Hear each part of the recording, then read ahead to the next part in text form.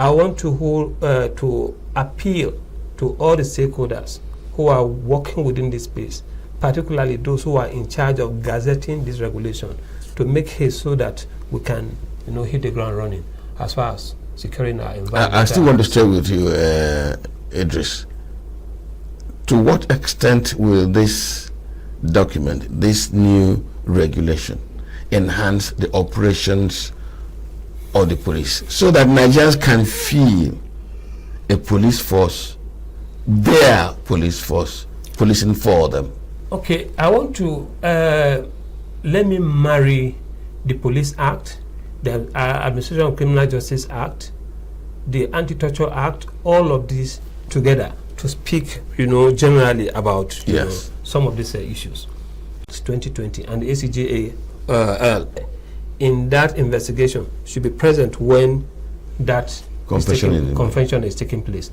And the Supreme Court has ruled that all of those conventions, all of those issues we are talking about must be corroborated before it becomes, unacceptable to be presented before a judge. Yeah. So you can see the chain of all of this. If we take the police regulation seriously, some of these things I just highlighted are things that are taken care of. Come down to police welfare. We are talking about pension for police officers, the meager amount they are taking and all of that.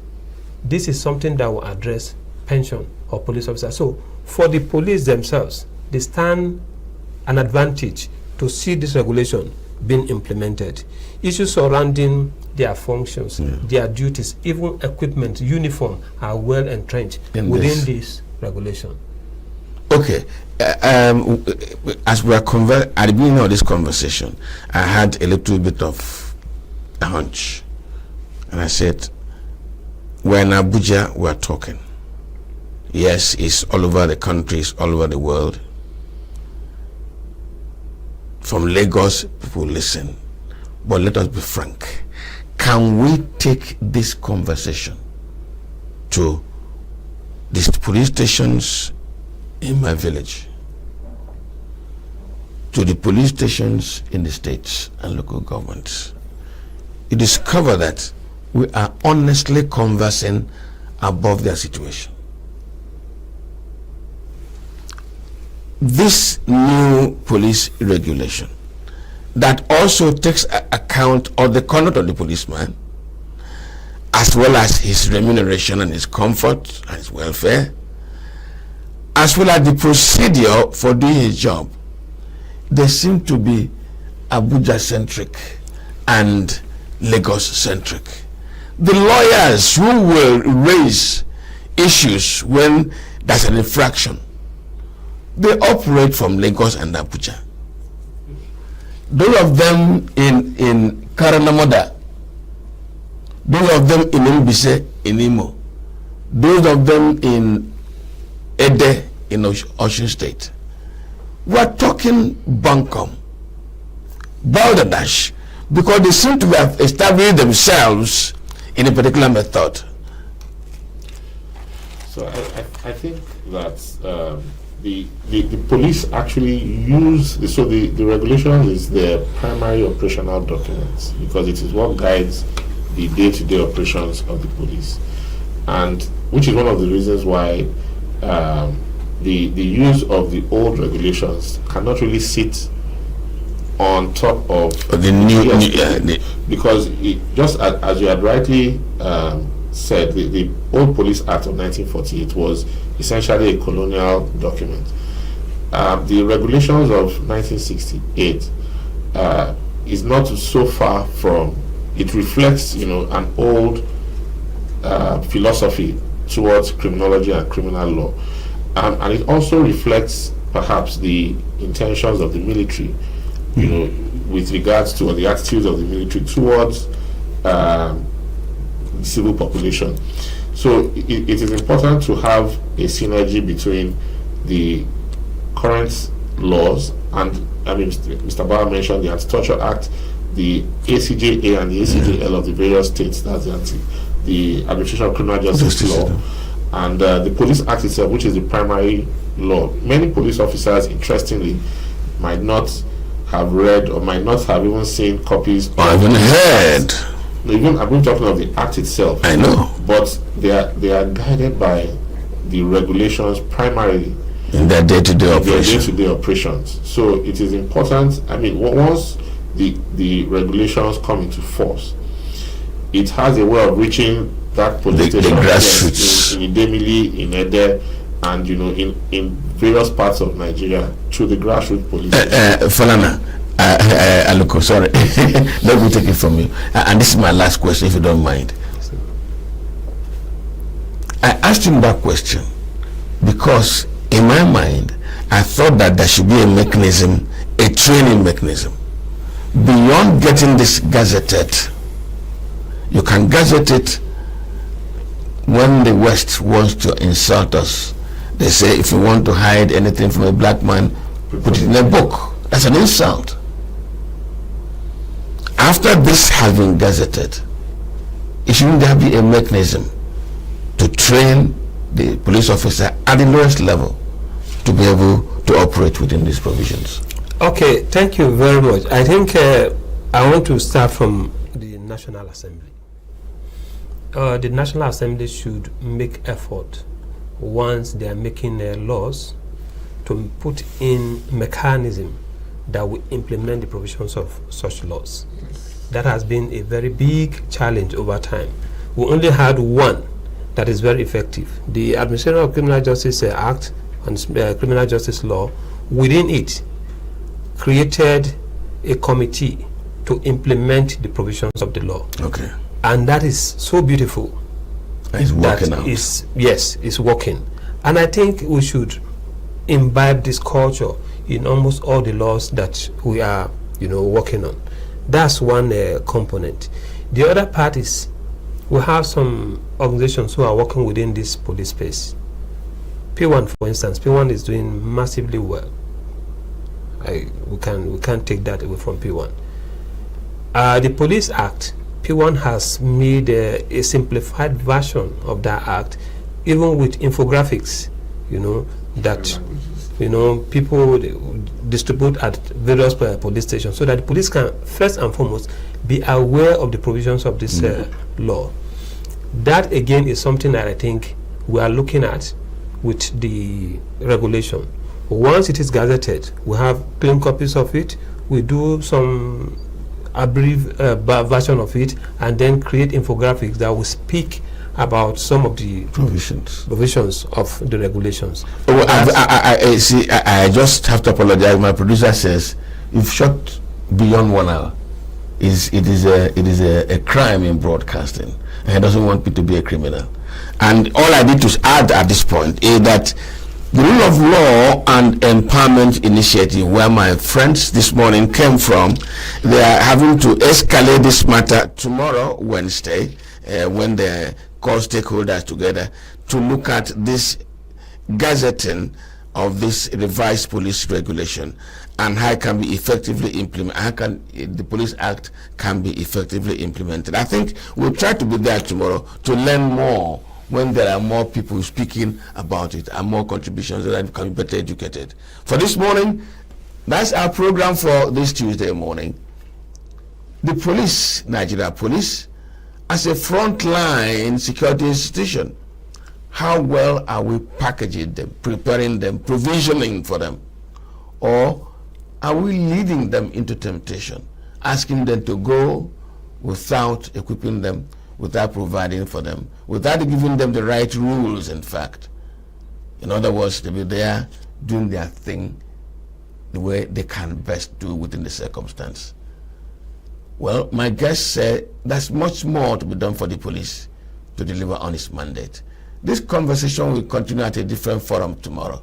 For this morning, I want to thank you for investing your time with us. My name is Kumabuz Njoku. Let me, at this point, thank Idris Bauer, Police Affairs Analyst. Idris, thank you very much for coming. It's a pleasure, sir. And Folani Aluko, Past Chairman, Nigerian Bar Association, Abuja Unity Bar. Please, when are you going to come to the bar?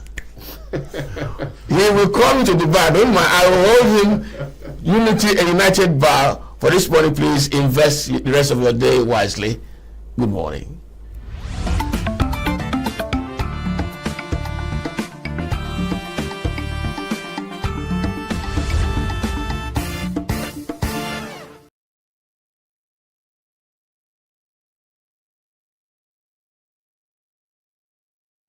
When a couple of years ago, I started hearing about the efforts of some Igbo sons to put up a center that will, among other things, focus on Ndi Igbo, our history, our culture, our contemporary issues and challenges, and of course our future, I was cautiously optimistic. Optimism because I knew the pedigree of those behind it, but curious because I knew it was a tall order, a Herculean task. A few years later, I am happy to reveal that my optimistic expectations have been surpassed, and I'm amazed by the progress already made by the Center for Memories. So let me begin by congratulating the Center for the great job they have done and still doing for Ncheta Ndi Igbo. I'm extremely excited for being chosen to speak today at a very important time when Ndi Igbo is at crossroads, yearning for reinvention and a new and more meaningful future. I see this as a humbling privilege and an opportunity to lend my voice to this reawakening and search for self of Ndi Igbo. Like the old East Central State newspaper was entitled, The Renaissance. I don't know how many that will agree with these issues I will raise today, but my intention really is to start a robust conversation that continues beyond today, outside the walls of this center. It should have been sometime in 1967 or thereabouts. My memory of the events of that era are so hazy, but I believe it was early in the morning at the thick of the Nigerian Civil War. And our family was moving again, evacuating from my father's maternal home as the federal forces were closing in on our entire community, Achi, in Signaturetv local government area of ENUGU State. My parents and other relations were prioritizing which property would be included in our luggage as we headed for a safer location, far from the invading federal troops determined to crush the Biafran resistance.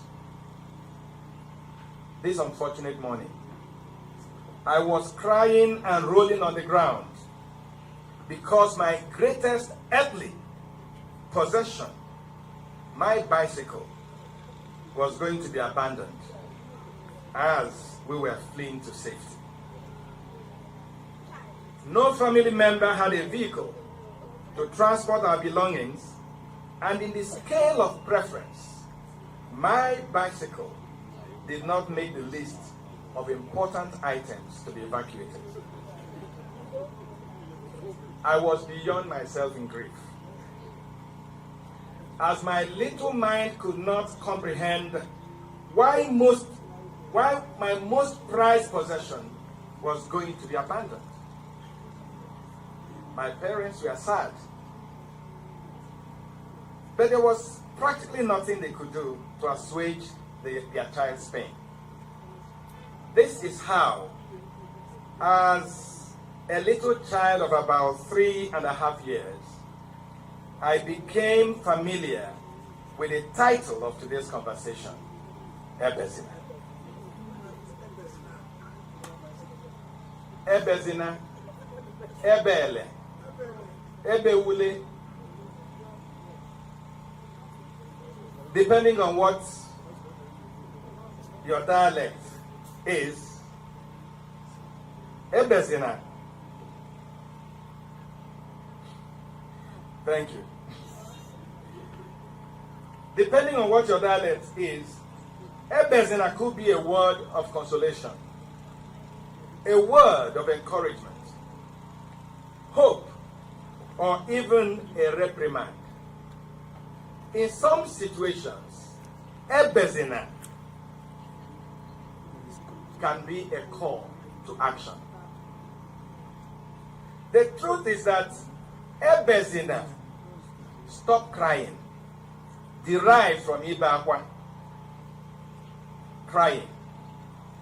As much as it is used to express or address pain, loss, deprivation, or even maltreatment, if it lingers and becomes a recurring decimal or situation, it could be seen as a sign of weakness, disadvantage, failure, or defeat.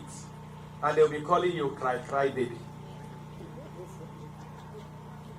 Sometimes it's marks of inability of a person or group to identify challenges, confront it, overcome it, and rise above it. So today, I'm arguing that this crying by Igbo people needs to stop. Igbos have cried enough. It is time to take their fate in their hands. Ndị Igbo have to retreat. Ndị Igbo have to re-strategize and re-examine how the Igbo nation is engaging with the rest of Nigeria. How we are confronting our many challenges. How we are collaborating among ourselves, and how to prioritize our needs as a people. We must stop bemoaning our fate and do something about it today, not tomorrow. There is no doubt that Ndi Igbo have over a long time faced existential threats in this country called Nigeria. For Ndi Igbo, the word marginalization has become synonymous with our complaints about the challenges we face in our nation today. Some have even taken it further to say that Igbos are not only marginalized, but hated by other tribes in Nigeria. So I ask this evening, are Igbos marginalized? Many of our brothers and sisters will answer in the affirmative, but I want to differ somehow by saying that the greatest marginalization against the Igbos is not the marginalization by others.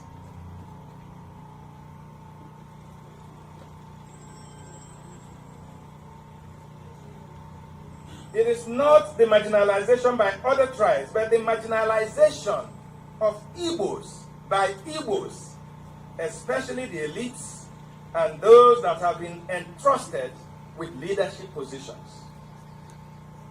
What is the situation? In the last 26 years, the 5 states of the Southeast have collected trillions of naira in federal government allocations, and add that to their internally generated revenue. Also in Oka, in ENUGU, Owerri, or Umuahia, reflect the recycled huge amounts the states budget every year for education or health, ditto for other sectors. In all the Southeast today, show me one standard and functional hospital of repute that is run by government that provides affordable health care for Ndi Igbo. Between 1957 and 1966, Dr. Michael Ihonu Karaopara, Premier of the Eastern Region, Ihonu Karaopara, Premier of the Eastern Region, caused what I like to call an infrastructural earthquake and kicked off a developmental revolution in all sectors, including agriculture, education, industrialization, health, tourism, just name it.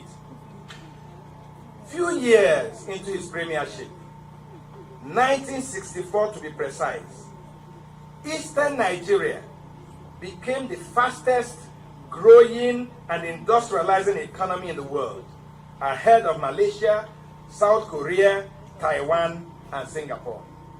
My dear brothers and sisters, where are these countries today, and where is the Southeast? And we are talking about marginalization. In the First Republic, when he was doing all these miracles, oil was not a factor, and there were no monthly federal allocations to be shared. More than 60 years after, every Igbo man is yearning for the reenactment of that golden era.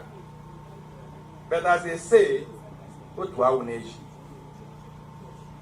I ask, ụmụnne ọ bụ na nwa Mgbeke amara akpụ isi ka ọ bụ na agụba adịrọ nkọ?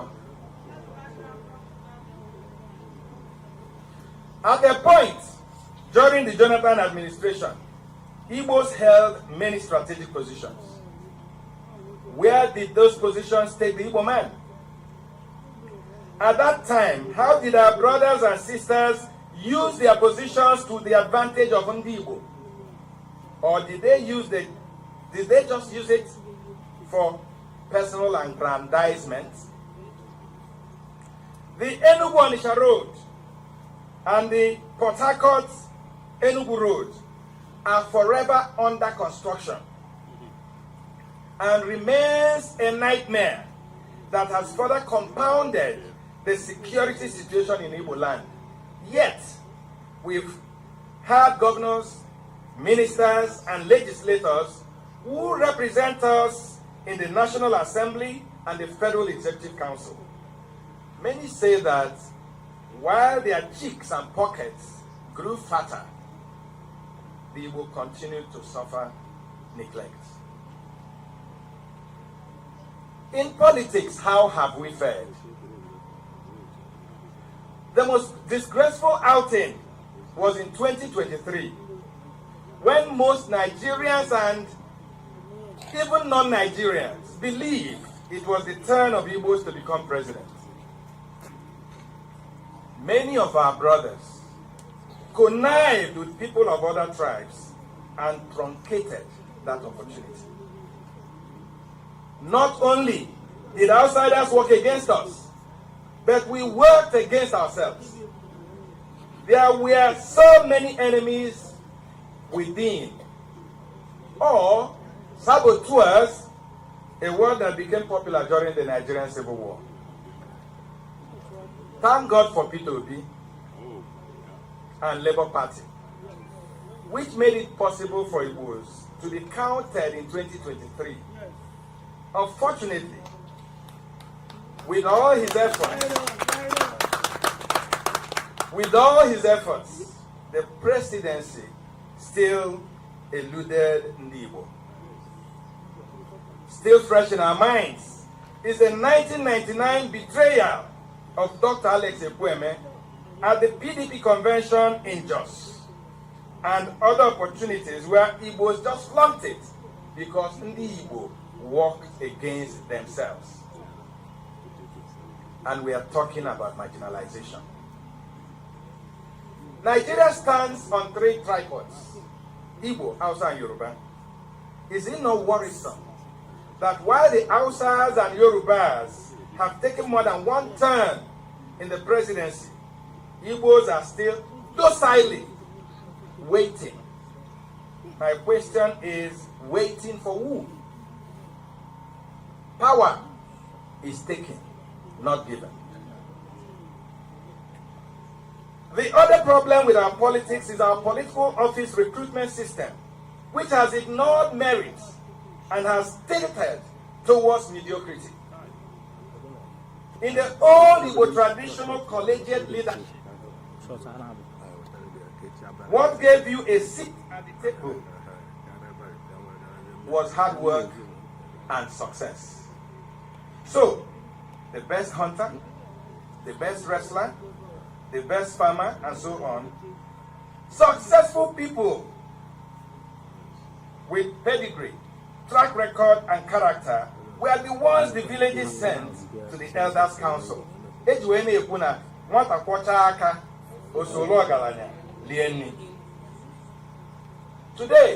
in Igbo land, what qualifies a good number of our people to public office are mundane and pedestrian considerations.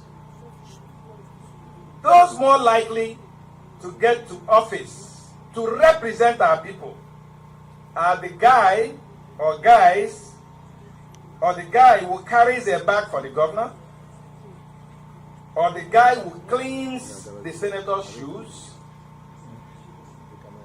his barber, his BA, or the chief thug of the chairman of the party. At the end, these, in quotes please, servant leaders, because they are servant leaders, get to office confused and lost. And before they get their bearing, the tenure is over, and they return with billions of naira in their pockets to cause trouble in our communities. Painfully, if nothing is done, 2027 will be more disastrous. One of the biggest issues in Nigeria today is state creation. And what you hear in Igbo land is a staccato of voices and cacophony of presentations. Discordant tunes that may deny the Southeast its right to getting at least 2 more states. It beats the imagination of many, not just me, why Igbos, for something as important as this, are not speaking with one voice, or even in a room having a conversation about it. Why did governors of the Southeast, or Hanez and Igbo, not convoke a meeting before now to make an effort towards consensus, or come up with a well-articulated strategy, or to demand for additional states for the Southeast? This is the same way we have handled the agitation for a better treatment of Igbo by the government of Nigeria. Instead of collaboration between the agitators and the Igbo intelligentsia and leaders, there was a complete disconnect. There was not even an agreement among Igbos on whether we should exit Nigeria or constructively engage in Nigerian states from within. It was just confusion. Igbos continued working at cross purposes, and no meaningful progress has been made to confront the ill treatment of Igbos, or whether you call it marginalization or what, by the Nigerian state. No meaningful progress. Igbo unity and oneness is another kettle of fish. In 2017, Peter Opaleke from Anambra State, now Cardinal Opaleke, was posted to Ahiarambise Catholic Diocese as bishop, but was stoutly rejected by his fellow Igbo people, who tagged his posting as discrimination in Igbo land. For 8 long years, they were up in arms until the bishop resigned and the Pope had to withdraw him. But thank God today, he is a cardinal of the Catholic Church. Is there something others are doing differently in Nigeria? During the Obasanjo regime, the South-South region mounted a campaign for the presidency. At that time, I worked for Chief Raymond Dokpesi, founder of Great Power and AIT, who was one of the pillars of that agitation. So I had a somewhat front row seat. One thing I noticed was that the riotous political atmosphere in the South-South quieted, and sworn enemies made up. Political opponents started collaborating and planning. While the militants made the creeks ungovernable, disrupting oil production, the political leaders, elites, and elders were engaged in the Nigerian authorities. It didn't happen in our case. Confusion. I also discovered that a good number of their political office holders were providing the resources for the advocacy and efforts made towards the agitation and engagements. There were a lot of planning, openly and covertly. And as they say, if you fail to plan, you plan to lose. A question for the bulls. Their media owners were empowered, funded, and galvanized to drive the campaign. I remember in 2000, as the staff of AIT, we were going to be shut down by those we had borrowed money to start the business. It was the leaders of the South-South, besides Nigerians that contributed 50 kobo, 1 naira. It was the leaders, political leaders of South-South, that found a way around it and provided the money for AIT to survive. That is what regions that know what they are doing do. In summary, every hand was on deck, and there was common purpose by the people of the South-South. The South-South did not win the presidency in 2007, but Jonathan became vice president, and the rest is history. Tinubu is today the Nigerian president. Because of Tinubu, everyone in Nigeria knows the meaning of Emiloko. For the man, also known as the Jagaban, to have the audacity, even power, he took it. Some even says he seized it. While Tinubu was governor, and after he left office, he invested and continued to invest in human beings. He left office in 2007. All over Yoruba land, Tinubu identified young leaders, made some commissioners, gave them positions, mentored them, and empowered them. He guided and protected their political growth. One became vice president, some became governors, some became ministers, and many ended up in the National Assembly. His mentees were everywhere, pulling strings, including in other regions of the country. And we saw what happened in 2023. For 16 whole years, Mr. Tinubu never sought office.